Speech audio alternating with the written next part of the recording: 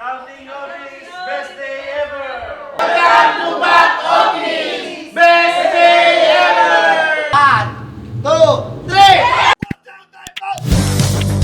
Freestyle na naman tayo mga normal. So ngayon nandito tayo sa Barangay San Carlos. Ay, napakagandang lumihan ito at meron silang Zumba area. Ito nga pala yung mga may-ari at ito yung mga binisita natin mga Zumba lady na napaka-energetic nga naman. Tingnan nyo ang nangyari.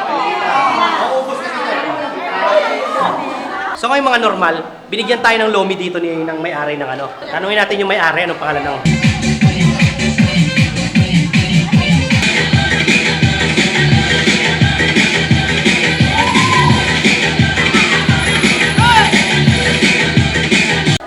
Sir, ano ang pangalan ng ano nyo, ng kantin nyo, ng restaurant nyo?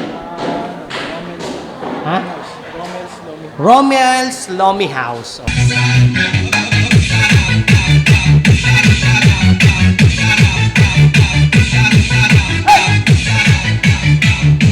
Ang laki kaya nito mga normal. Tingnan nyo, ang laki, promise. Ang laki ng Romel's Lomi House.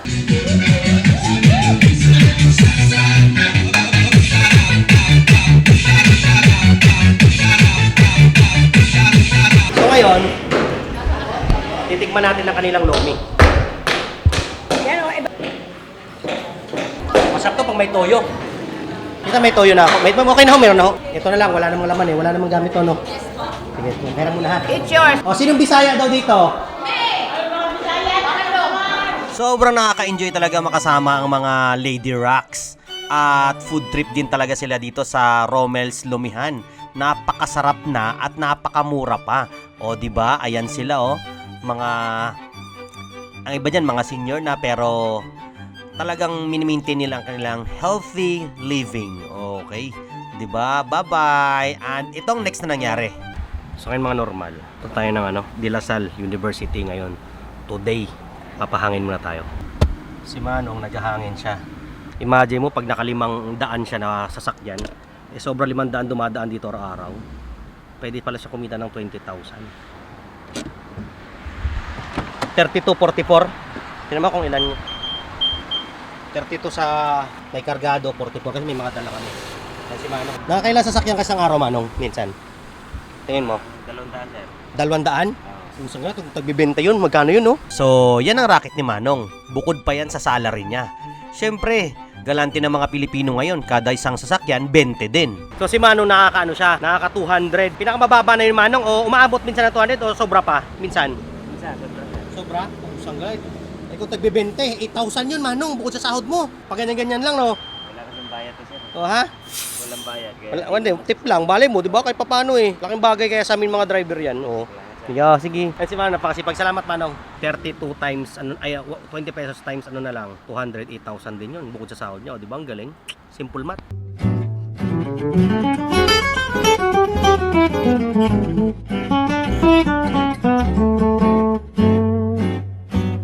Okay, may plano ako mga normal. Lahat ng maagang nag-post na mga senador ngayon, natatakbo na, mga tatakbong politisyan, gagawa ko na sarili kong torpulin, tatabi ko doon lahat. Tapos nakalagay doon, subscribe, follow lang. Hindi po ako tatakbo, mag-ingat kayo. Ingat po kayo sa biyahe. Ingat po kayo sa biyahe, hindi ako tatakbo. Yo.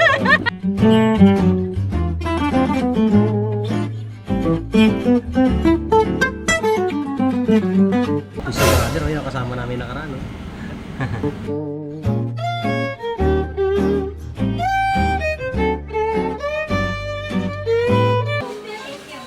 Basta may ganito, kila Daisy yan.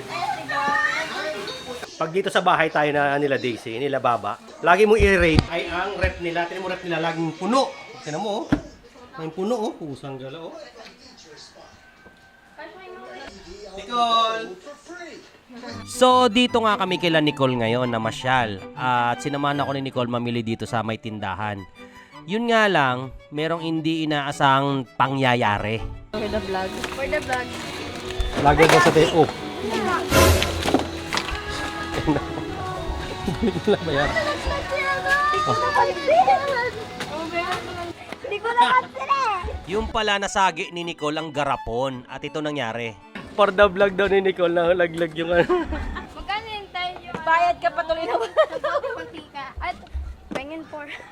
Balikan natin mamaya 4. Wala akong pera dito. Bakit tayo ng benga naman? 9. Magkano utang natin? 4 pesos. 4 mamaya balikan natin. Thank you po. Buti na kaibigan kayo may-ari. 4 pesos lang naman pala ang nadisgrasya ni Nicole. Lag yung gamits doon. Binayaran niya. Anong pinagkaiba pa? Ano ilang taon na Nicole ngayon? 13. 13.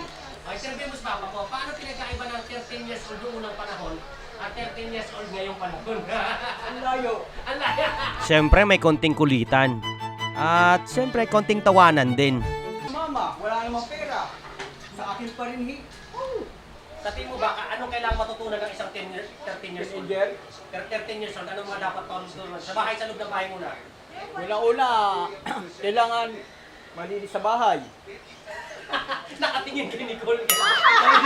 Masunuri sa magulang. Oh, ba't kay Nicole ka nakatingin? Si Nicole ba yon? Si Nicole. Kaya Nicole na lahat.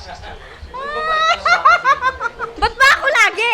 Yan ang kulturang Pilipino. Kung sinong pinakalaging bata, siyempre siya lagi ang inaalaska at inaasar ng family. Ba, paano pag may pumunta manligaw kay Nicole? Anong unang pagsubok? Regards muna. Iba na talaga pag nakainom ka. Ang dami nang naiisip na kalokohan. Panoorin nyo. Alam mo, masarap sila kausap eh.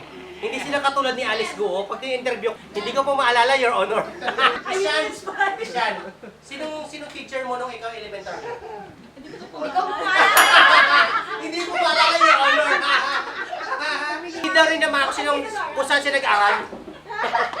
Yung bisita nga pala namin ay sila Christian at Aris. Mga suitor daw yan ng mga dalaga dito. Tapos si Darren, si Elsie, hindi nakita. At si Nicole, syempre as usual, namamasyal ng di mo alam sa loob ng bahay nila. Ayan siya oh. Diba? Walang magawa yan eh. At anak ni Mang Rolando, si Queenie. At hanggang dito na lang ang vlog namin mga normal. Ay ang vlog pala ni Nicole. Ito, wala siyang magawa. Okay? Don't forget to subscribe, like, and follow.